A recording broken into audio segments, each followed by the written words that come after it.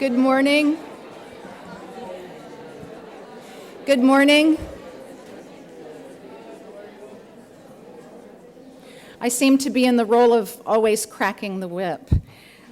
Good morning, happy Cinco de Mayo, and welcome to the 13th annual meeting of the AAMC. I'm Emily Neff, president of the AAMC, and I have the great pleasure of introducing this morning's speaker for a few minutes, Graham Beal, who is the director, president, and CEO of the Detroit Institute of Arts. Before I do that, however, I did want to ask Judith Pinero and Meredith Dean, if you are here, to stand up and be recognized. There's Judith. Both Judith and Meredith will be formally sort of introduced this afternoon, but for those of you who wanted to go ahead and put a name with the face, there they are. And there's Meredith. Excellent. Great. Okay, so the Bard is not the only famous person from Stratford. So too is Graham Beal, and best known to all of us as the steadfast, stoic, and utterly committed protector and champion of one of the great arts institutions in this country, as you can all see and as we'll experience today. In addition to this role, Graham has overseen 2 capital campaigns, a renovation, expansion, and major reinstallation of the collection. Your AMC conference booklet gives you a full bio of Graham and his educational background and so forth. And but I did want to just mention that he did work at LACMA. I know some of you have had a chance to reconnect, the Joslin Art Museum in Omaha, and San Francisco Museum of Modern Art. We'd like to thank Graham for opening his doors to the AAMC today. It feels very weird introducing Graham in his own house, but we're so glad he's here today to share with us his perspective on the Detroit Institute of Arts, which he has led for the last 15 years. So please welcome Graham Beal.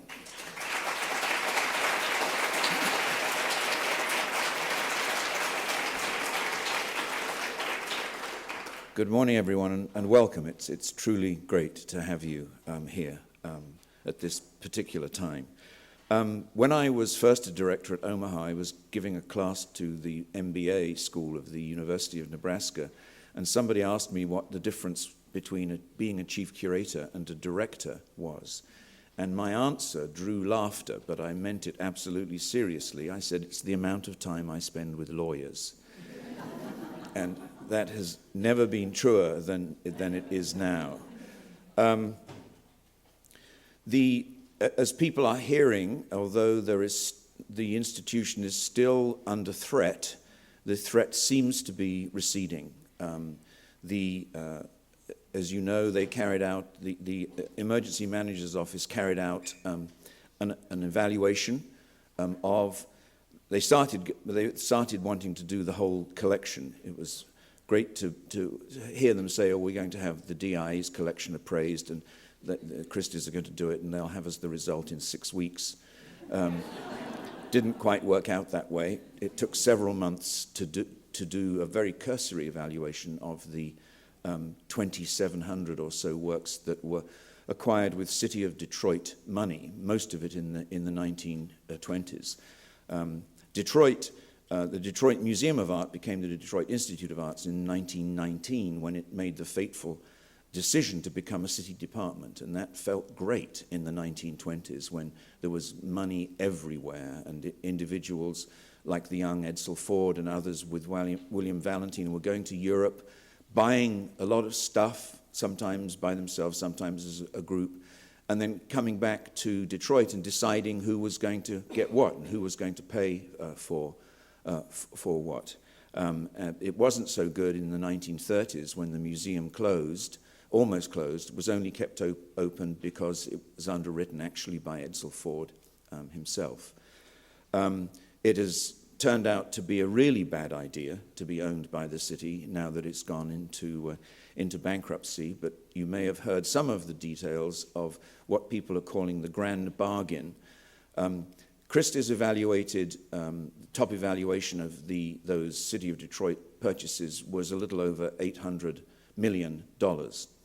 And I presume, it's funny being the center of all this. The museum is the center, but we've had very little direct contact with the emergency manager. 2 meetings, in fact, over the year, as far as I'm concerned.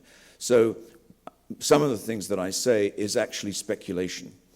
I speculate that they went for the City of Detroit pieces because it sounds more reasonable to the general public in terms of PR to sell works of art that were acquired with city money to pay city debts. We agree with the Attorney General's opinion that it doesn't matter where the art came from or how it was paid for. It's part of a collection that is in a public trust. And we were prepared to take every legal step that we could to defend this collection. But it seems that things are moving towards a resolution whereby a group of foundations led by the Ford, the Kresge, and the Community Foundation here in Detroit are going to provide some $316 million that will be matched. I'm sorry, 365 million that will be matched by 350 from the state. That is the tricky bit, the outstanding bit. And we were basically asked to raise $100 million, which gets you to the 800 figure, so that sort of matches the art that if it were going to be sold, that would be the upper estimate from Christie's. In exchange for this $800 or so million, the DIA will become more or less a normal U.S. museum. Right now, we all work here for a 501c3 entity called the Detroit Institute of Arts, Inc., and it used to be the private support wing of the museum. And so if this all goes through, we will undo what was done in 1919, and we will go back to being a private, self-governed art museum. As I say, a few weeks ago, it seemed like a long way off, but it seems to be getting closer.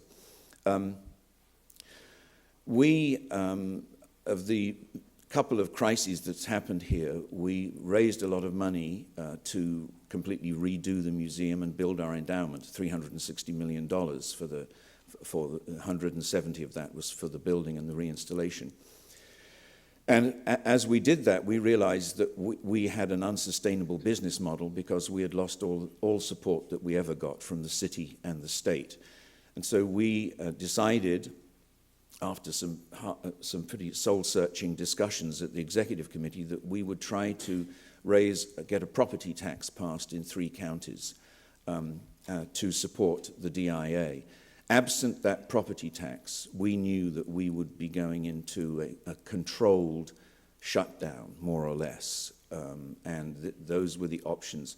By then, the reinstallation here had turned out to be an extraordinary success, designing the installation to address the general public. It's based on a huge amount of research, field work, that are attempts to engage the public.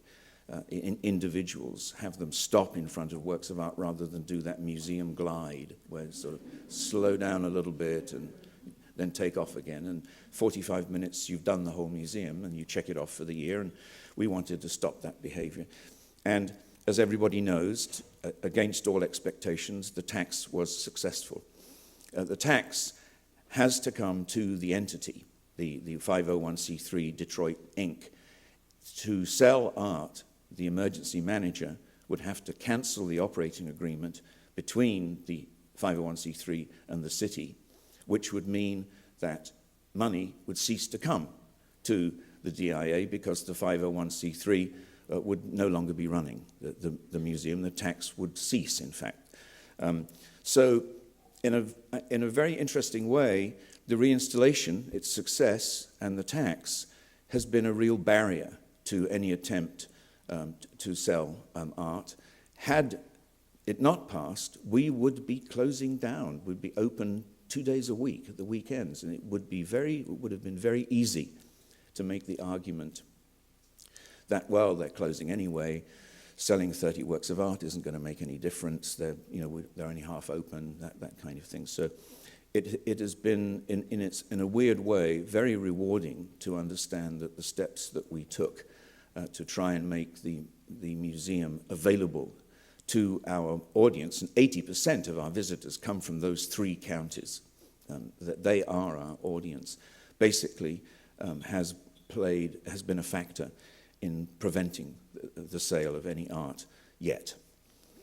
And so with that, I'd be happy to answer some questions. I think we have 5 minutes more, if there are any questions. Hooray! Thank you.